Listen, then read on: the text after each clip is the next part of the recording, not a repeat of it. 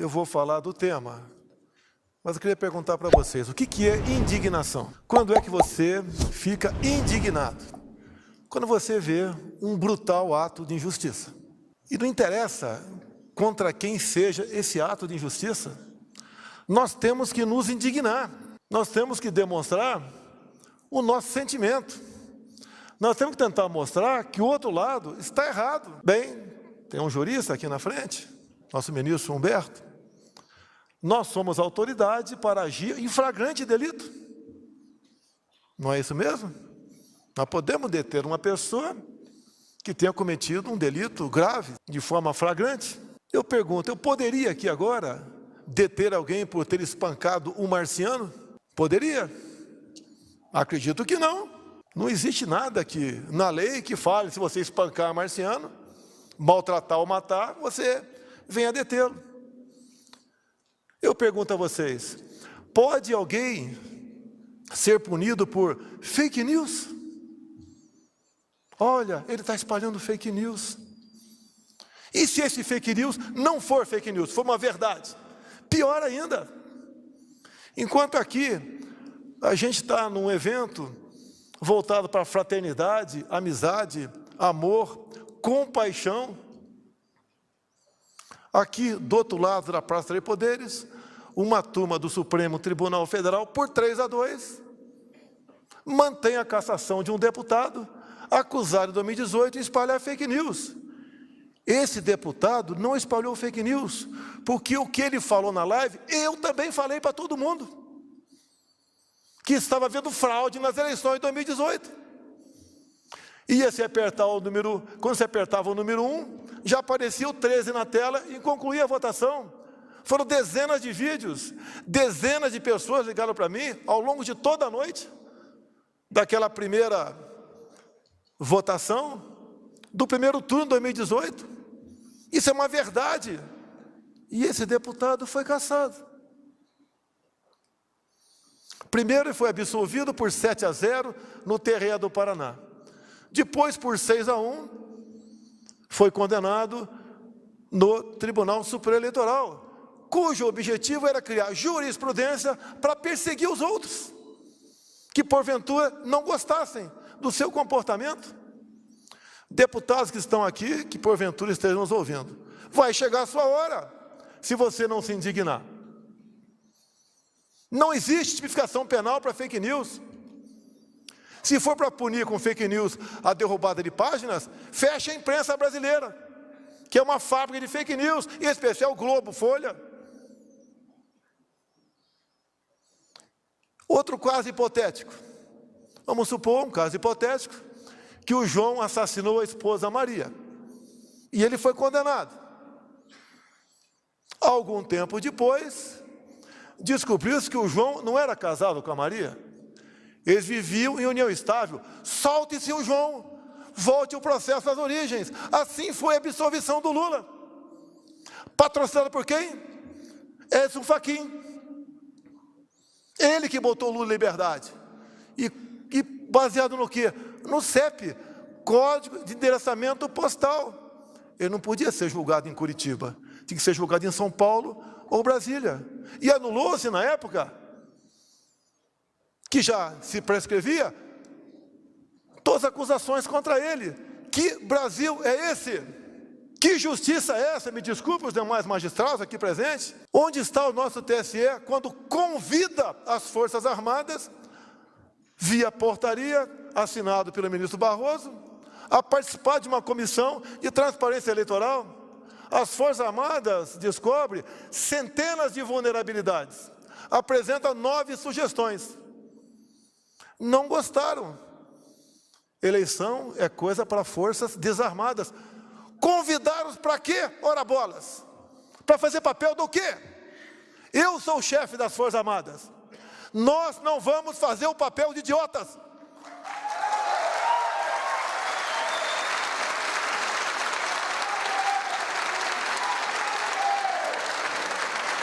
Eu tenho a obrigação de agir. Tenho jogado dentro das 4 linhas.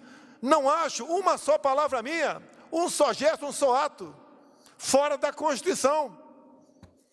Será que 3 do Supremo Tribunal Federal, que pode muito, pode continuar achando que pode tudo? Eu não vou viver como um rato. Tem que haver uma reação. E se a população achar que não deve ser dessa maneira, preparem-se para ser prisioneiros, sem algemas. O ministro que solta o Lula é o mesmo que está à frente do Tribunal Supremo Eleitoral, dando as cartas como dono da verdade. O que ele fez essa semana que passou? A política externa é minha e do ministro França, do Itamaraty.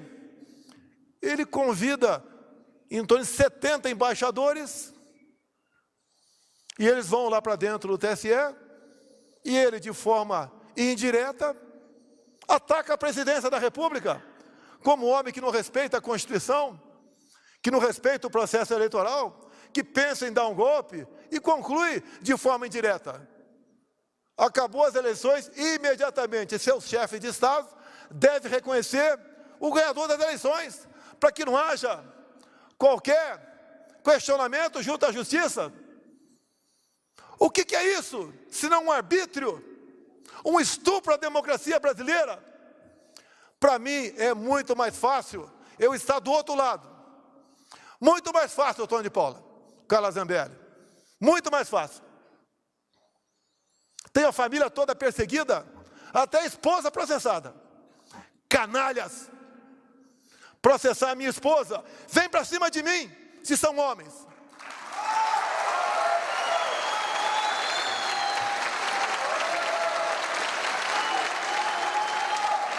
Eu sou suspeito para falar de parentes ao meu lado.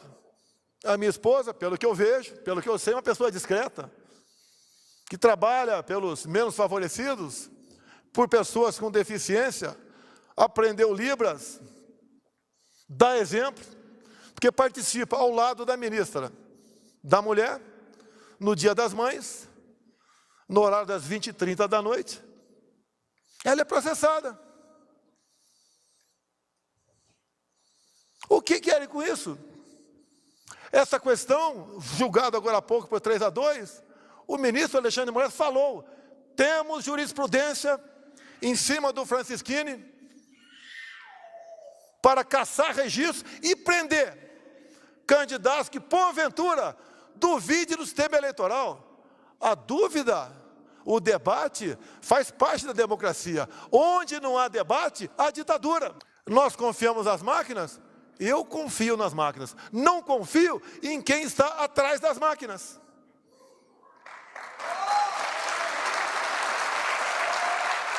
Me permitem avançar. Me permitem avançar. A minha segunda live do ano passado, onde eu peguei um inquérito da Polícia Federal, que foi aberto no início de novembro. Por que foi aberto? Porque um hacker fez uma denúncia.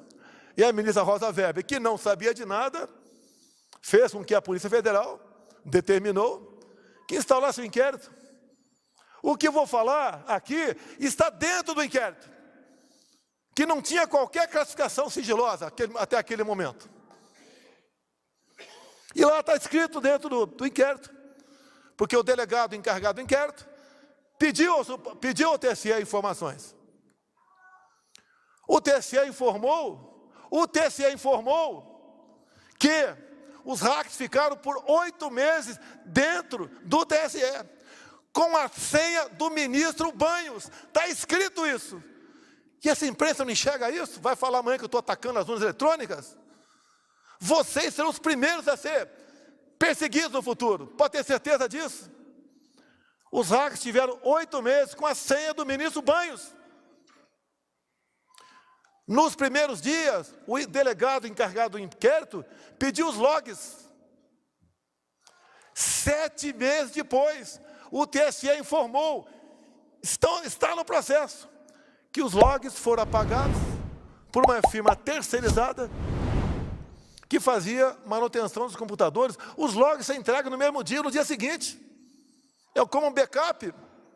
Por que 7 meses? Ficaram arrumando o que dentro do TSE? Porque só sobra margem para desconfiança. Será que o Datafolha está perfeitamente alinhado com o que está previsto no resultado do TSE? Nós não podemos ver sobre suspeição. Até num casal. Tem que sentar e conversar. Por que os técnicos do TSE não conversam com os técnicos das Forças Armadas que foram convidados a participar do critério? Queriam a participação das Forças Armadas como a moldura de uma fotografia para dar ar de credibilidade? Esqueceram que eu sou o chefe das Forças Armadas. O que queremos no nosso Brasil? Ganhe quem ganhar as eleições. Eu entregue a faixa. Numas eleições limpas, democráticas e auditáveis.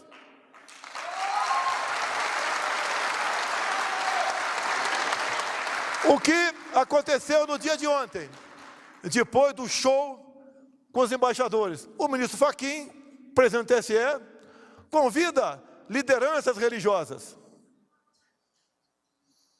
E o título do convite era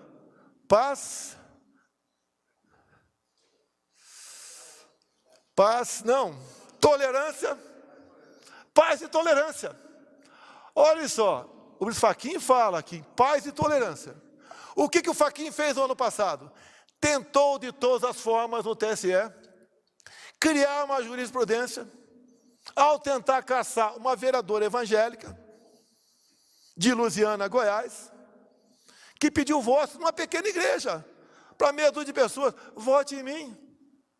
Com essa cena, o ministro Edson Fachin tentou criar a jurisprudência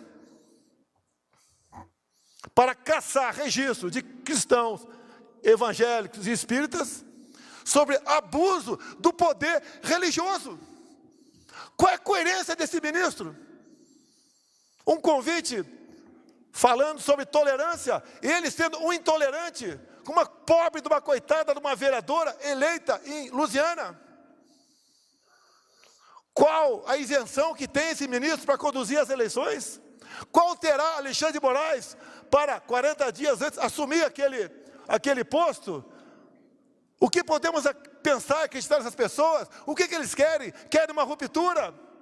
Porque atacam a democracia o tempo todo? Aqui não tem ninguém mais homem do que o outro. Mas nós não podemos nos curvar. Eu não sou dono da verdade, nem dono do Brasil. Eu não sou a pessoa mais poderosa. Eu não sou a pessoa perfeita. E assim ninguém o é.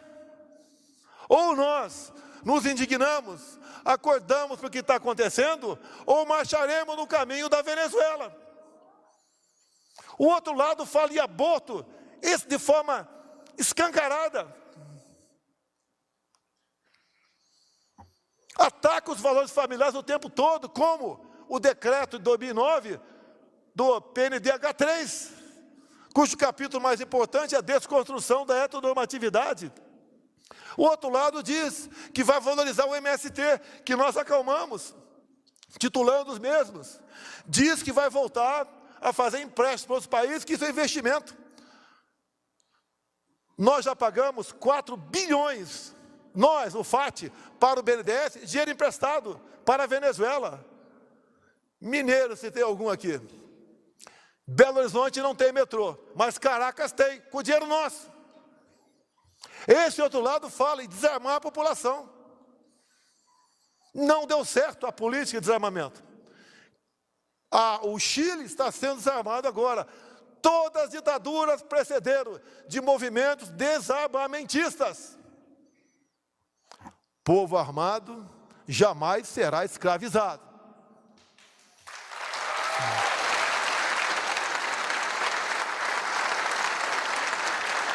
Ninguém desarma o povo americano.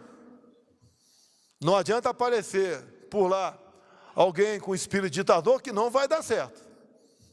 O Brasil tem que criar esse espírito também. Tenho falado para todos os meus ministros. Em 64 tentaram tomar o poder pelas armas. Agora as armas que usam são as armas da democracia. Eu quero, eu não quero, eu puno, eu caço, eu prendo um deputado por 8 meses, eu faço com que jornalista seja exilado, outros sejam presos. Ora as bolas, se as urnas são inexpugnáveis, por que temos o hack preso há quase 1 ano em Minas Gerais? São inexpugnáveis. O que se espera de um país que age dessa maneira? Eu não estou dizendo que há fraude, mas há suspeita. Temos que dissipar essa nuvem da suspeição. Não podemos viver dessa maneira. Metade do meu tempo eu tomo para me defender de acusações do outro lado da Praça dos Três Poderes.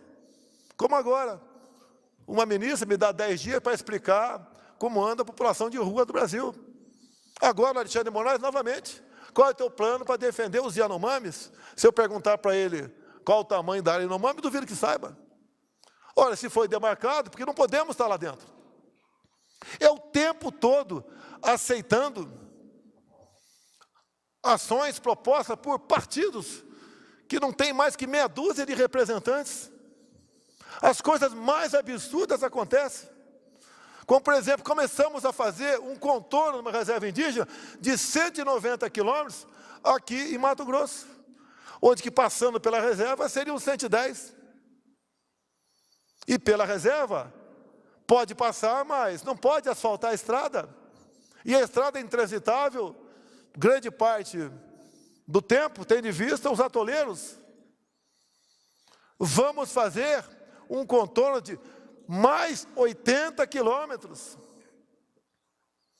Cada safra, 2.000 caminhões bitrens passam por essa rodovia, que agora vão andar mais 80 para ir, mais 80 para voltar, com o preço do diesel que está aí nas alturas.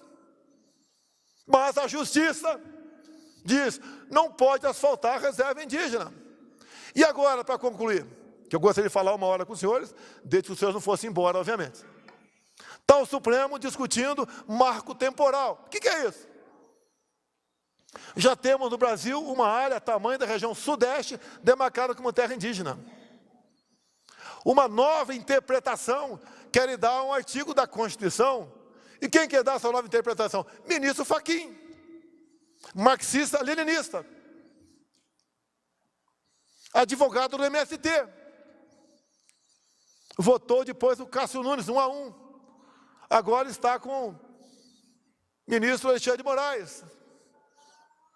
E eu tenho falado, se um novo marco temporal for aprovado, além de uma área tamanho da região sudeste, já demarcada como terra indígena, teremos outra área tamanho da região sul, que pela localização geográfica dessas centenas de terras indígenas, teremos uma outra área também, tamanho do estado de São Paulo, como terra indígena.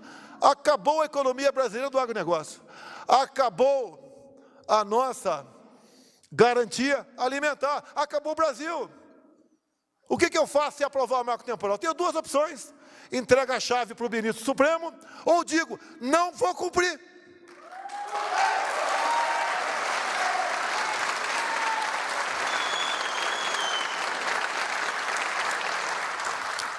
Eu fui do tempo que decisão do Supremo não se discute, se cumpre. Eu fui desse tempo.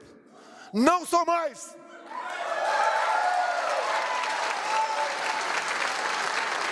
Certas medidas saltam aos olhos dos leigos. É inacreditável o que fazem. Querem prejudicar a mim e prejudicam o Brasil.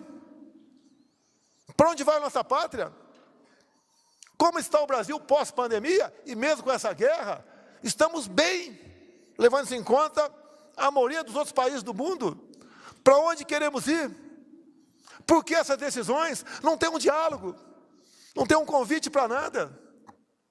É só pancada, pancada, pancada o tempo todo.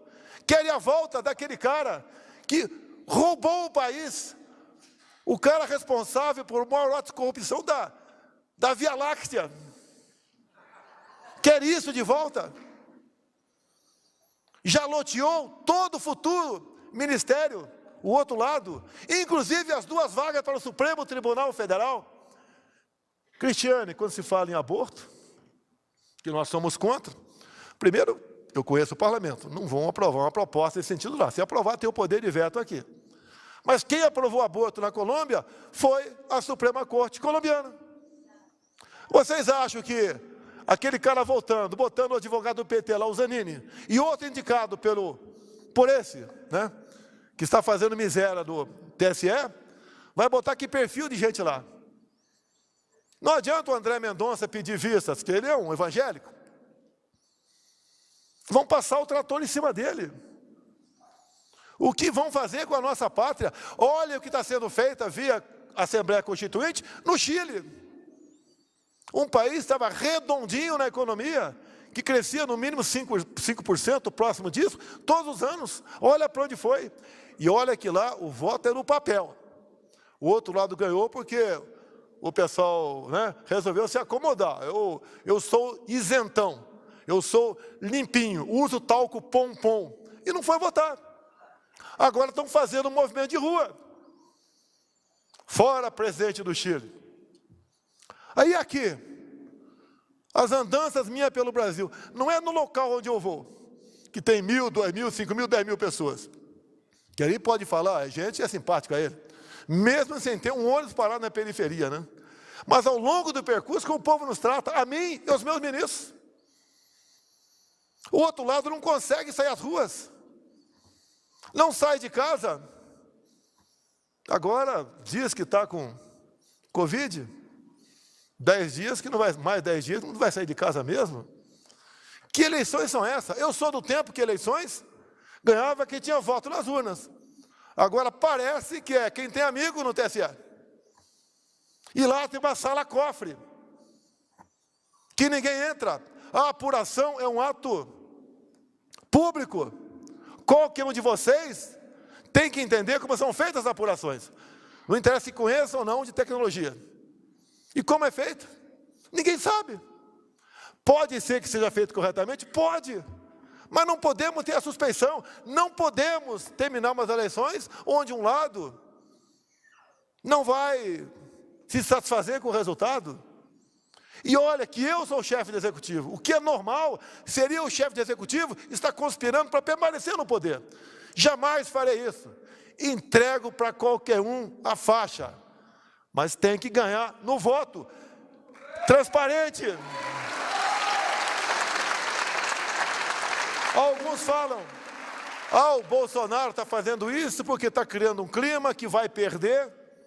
Meu Deus do céu, se o Lula tem 45%, vamos dar transparência para ele ganhar no primeiro turno. Isso não é um desabafo, é um alerta à nação brasileira. Podia ter ficado quieto, como quase todos os meus ministros me aconselham. Fique quieto, fique na tua, calma.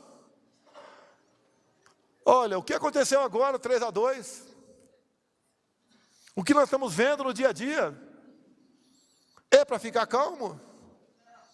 Vamos esperar acabar o jogo para pedir o VAR? Aqui tem gente que vai votar na esquerda, tenho certeza disso. É um direito teu, parabéns. Mas quem tem que ganhar a eleição é quem tem mais voto. E outra, se houver, se por acaso houver, vai haver só para presidente? Ou não vai haver para outros cargos?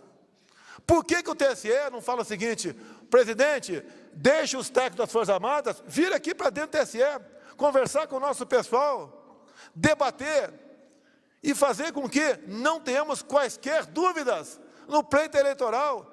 Nada mais justo do que isso. Por que vivemos na incerteza? É um milagre estar aqui. Sobreviver uma facada, um milagre, uma eleição. Quem eu era? Eu não era nada dentro do parlamento. Era mais um deputado baixo clero, que discursava para as paredes, como tantos outros discursam lá dentro. Resolvi vir candidato, porque, me desculpe, deputados, eu cansei do parlamento. Eu quero cuidar da minha vida. E falava durante a campanha, eu tenho duas alternativas, praia ou Planalto. Me dei mal, vim para o Planalto.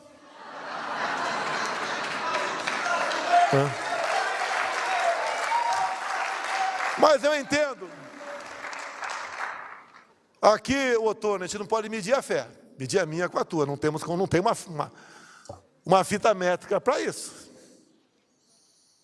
A fé está dentro de você. Ou você tem, ou você não tem. Eu aprendi uma coisa ao longo da minha vida. Sou católico, já li a Bíblia toda quando estava na fronteira. Naquele tempo não tinha energia elétrica lá, não tinha celular. Então tinha mais tempo para a família, para ler a Bíblia. E o que eu aprendi, Antônio? O que for possível fazer, que você faça. O que for impossível, bote nas mãos de Deus. Eu entendo que é dessa forma que devemos agir. E concluo mais uma vez. Não sou mais homem que nenhum dos homens que estão aqui. Somos iguais. Quando tiver o ponto final para cada um de nós, o nosso destino é o mesmo. Se ninguém enterrar, o urubu vai comer. Nada temeis, nem mesmo a morte, a não ser a morte eterna. Parabéns a todos da Secretaria pelo brilhante trabalho que fazem. Não queremos que pessoas que estão vivas na memória de nós voltem a ocupar lugar que já ocupou a Damares, que ocupa atualmente a Cristiane. Muito obrigado a todos vocês. Curta, se inscreva e compartilhe. Permaneça no canal e veja outros conteúdos.